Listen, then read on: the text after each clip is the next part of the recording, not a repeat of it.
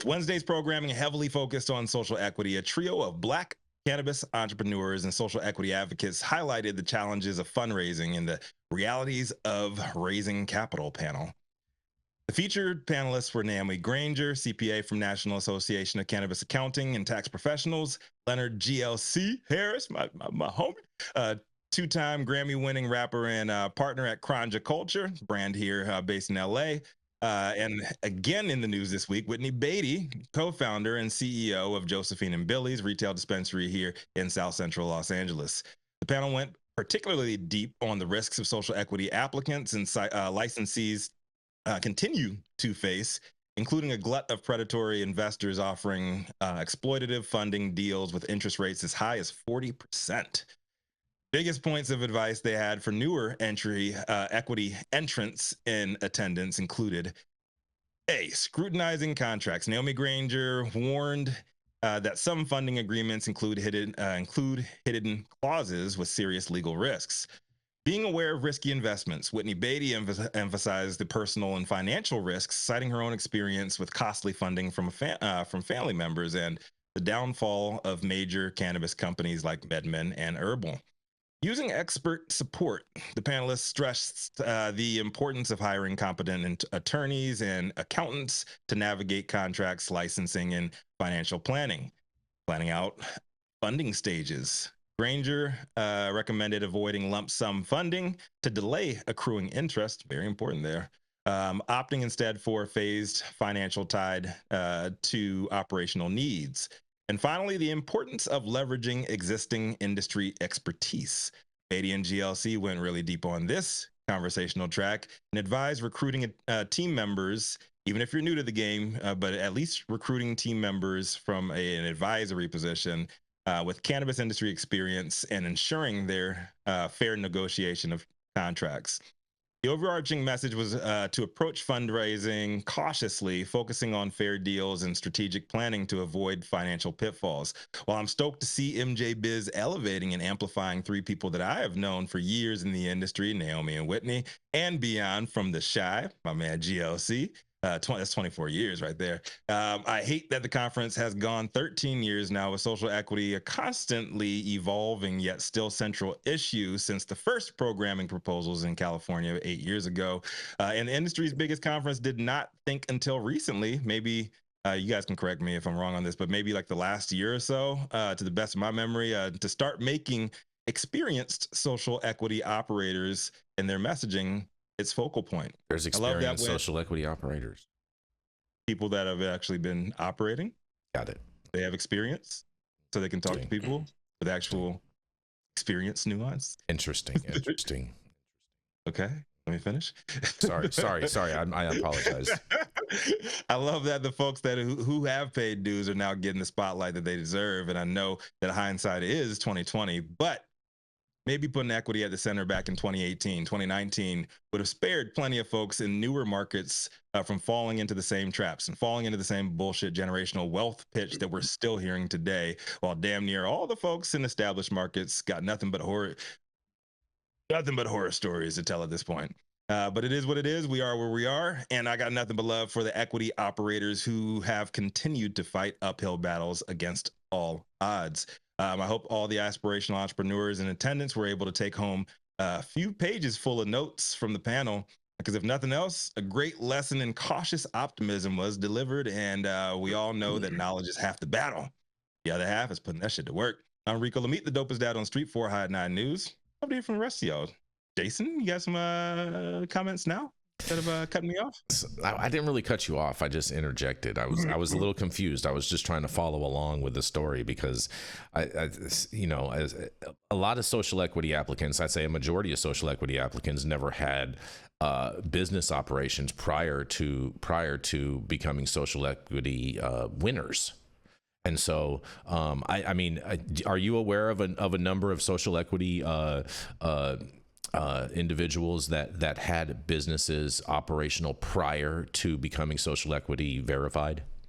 Cannabis businesses or mainstream American cannabis businesses specifically, but if you want to touch on other businesses, that's fine too. Because I'm sure that there's tons of people that are social equity applicants that had businesses prior that are normal businesses. I'm mainly those specifically referring to cannabis businesses. Yes, I do. Oh, how many? Names. Good number. You get how many names? Like as in trapping or quasi legal? No. I mean like a real business. In the cannabis industry, like in the cannabis industry, yes. In the cannabis industry prior, not trapping, not. Is that a trick question? No, it's not. No, it's a real question. It's a real question. Most of the applicants that are happening, except for in California. That's exactly what I'm saying. Except for in California. So I don't understand where they're getting this past experience from. That's my point. What the fuck are you talking about? There's no models out there for past experience in this industry. That's the problem. I agree with that, Dale. That's my whole point. That's why I'm confused by what Rico is throwing out there as far as this past experience, where that shit's coming from. Whitney I marched with Whitney in fucking 2016. What the That's fuck? That's great. You finally named someone. Thank you. For years. Thank you. Naomi you finally named someone in the industry for years. Accountant in the industry doesn't count. Chicago, and he's been running Kranja here in LA for years. See, now that's a fair one. Look, you named 3 people. That's great. That's all I was asking for. The people on this damn panel, Jason. What the fuck are you talking about? Are you saying that I'm a social equity applicant? Because I definitely do qualify. I don't know where you're going with this. I'm just saying. Anybody else got comments on this? Well, my experience is that most of the social equity people I've worked with don't have past cannabis industry experience because it's very hard to get into it. Okay. Mm-hmm. So to say, oh, my resume has all these things in it, it's just hard to find that. Most of the people that I've represented came at this because of the color of their skin, where they live, their criminal history, things like that. Mm-hmm. And no one was looking for experience. And in my experience with these people, that's a disaster. You've got to have people working with you at an equal level who know how to run a lean business, because that's one of the problems I've seen. People throw money at these things and waste a lot of money and don't really get anywhere. And I bring in an accountant and myself just from the gate. Mm-hmm. 280E is such a huge problem. You've got to put your business plan together with 280E right in front of you. Mm-hmm. And I typically set up business structures that move most of the money out of the plant touching business so that we can get the best we can out of it. But the funding that I've seen has more strings attached to it than Carter has little liver pills. I mean, you really got to go through that. And you got to read the fine print. And even then, I read the fine print from some fucking chads at Orange County, and they didn't tell me. We love Orange County. The corporation was never formally formed. They were still in the forming stage. They were running everything. No shareholder meetings. I told the local jurisdiction, oh, our social equity person's a 51% owner. They hadn't even issued fucking stock. It took me a while, and I got really, they don't like me anymore because I got kind of pissed. Also, the parent company. Fuck. Oh man, the parent co. Yeah, the parent co. They don't like me because I called their ass out and they hung up on me. And the next thing, the HR person's begging for, you got to talk to me. So I got all my team on there, and we basically got them to admit, well, everything we do is for the benefit of our shareholders. And if we do something that looks good for you, fine. Otherwise, no, we're a typical predatory corporation here. They do everything for their shareholders. You hear that? I mean, I bet their shareholders are pretty pissed off, especially based off of yesterday's story. The thing was, it was a SPAC, Jason. All the SPACs were, they were a blank check bullshit company. And it was crazy when all those SPACs were going down. All those deals were going down. Me with my financial background, I was like, yo, this is going to end poorly. Oh, I love the thing. And then just like all these crypto pump and dumps that you love, Jason, they're all going to end very poorly. All of them. And I love the post that Elliot, the CEO of Catalyst, put out yesterday, where he showed his prediction from the parent co a few years ago when they first came out with all their overpriced extraness and whatnot, and basically predicted their downfall 2 years prior, and got some vindication yesterday. It was fantastic to watch. I was definitely enjoying those social media posts. Did anybody with any kind of, as you would say, Jason, business background, did anybody think that there were anything good was going to come from these SPACs? There were bad deals. I thought lots of great things were going to come from SPACs. Unregulated bullshit deals, like, oh yeah, here's I a think shell company. I think a lot of things. I think a lot of good things came from SPACs. You know why? I think I'm saying long term. Let me correct myself. I think it gave a lot of people, like I said, like I brought up with the parent company and Whitney Beatty, who is in this story today too. It gave them a lifeline that nobody else was giving them. Exactly. Right? Yeah, they would have gone. I agree with that. Black women do not get investor cash. I agree with that. Less than 0.2% goes to black women, and they were not getting investor cash as much as she had done to promote their company, as much as she's done on the ancillary side. Was that what's that investor? Some of that's here every year, Jason. I don't know why I'm Chad Zinga. No, not Chad Zinga. The not Archipelago. It'll come to me. They're meeting at the in West Hollywood every year. New West Summit in Santa Monica.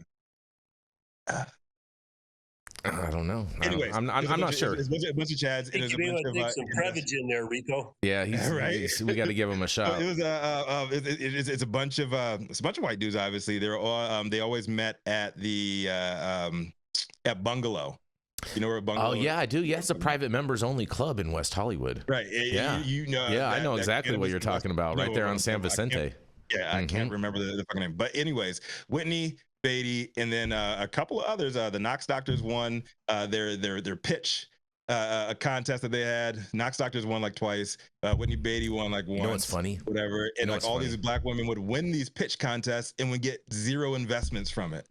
You know what's funny? You mentioned the Bungalow Club, Rico's, because I remember having a meeting. I used to do some work over there. Yeah, well, I remember having a meeting with Adam Levine of High Times over there a few times, and I just was that pre High Times or post High Times? It was post High Times. It was post High Times was up and operational and running and whatnot. It was right before they got the license for the OG Cannabis Cafe while they had it for a time period after COVID. Like 2 months. But Anna Lewis is correcting me in the chat. She says that post was from 2020, not from 2022. So stand corrected on that. The post was from 4 years ago. The prediction was from 4 years ago, not 2 years ago. So apologize for that, and weed for the people on that.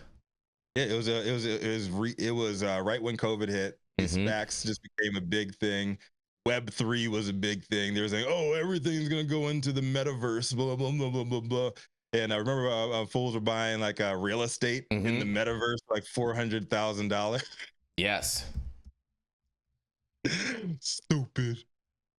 I don't know, man. I don't know. I think we should start calling it the X-verse because I think X is going to far surpass anything in the metaverse. What do you think about that, Rico?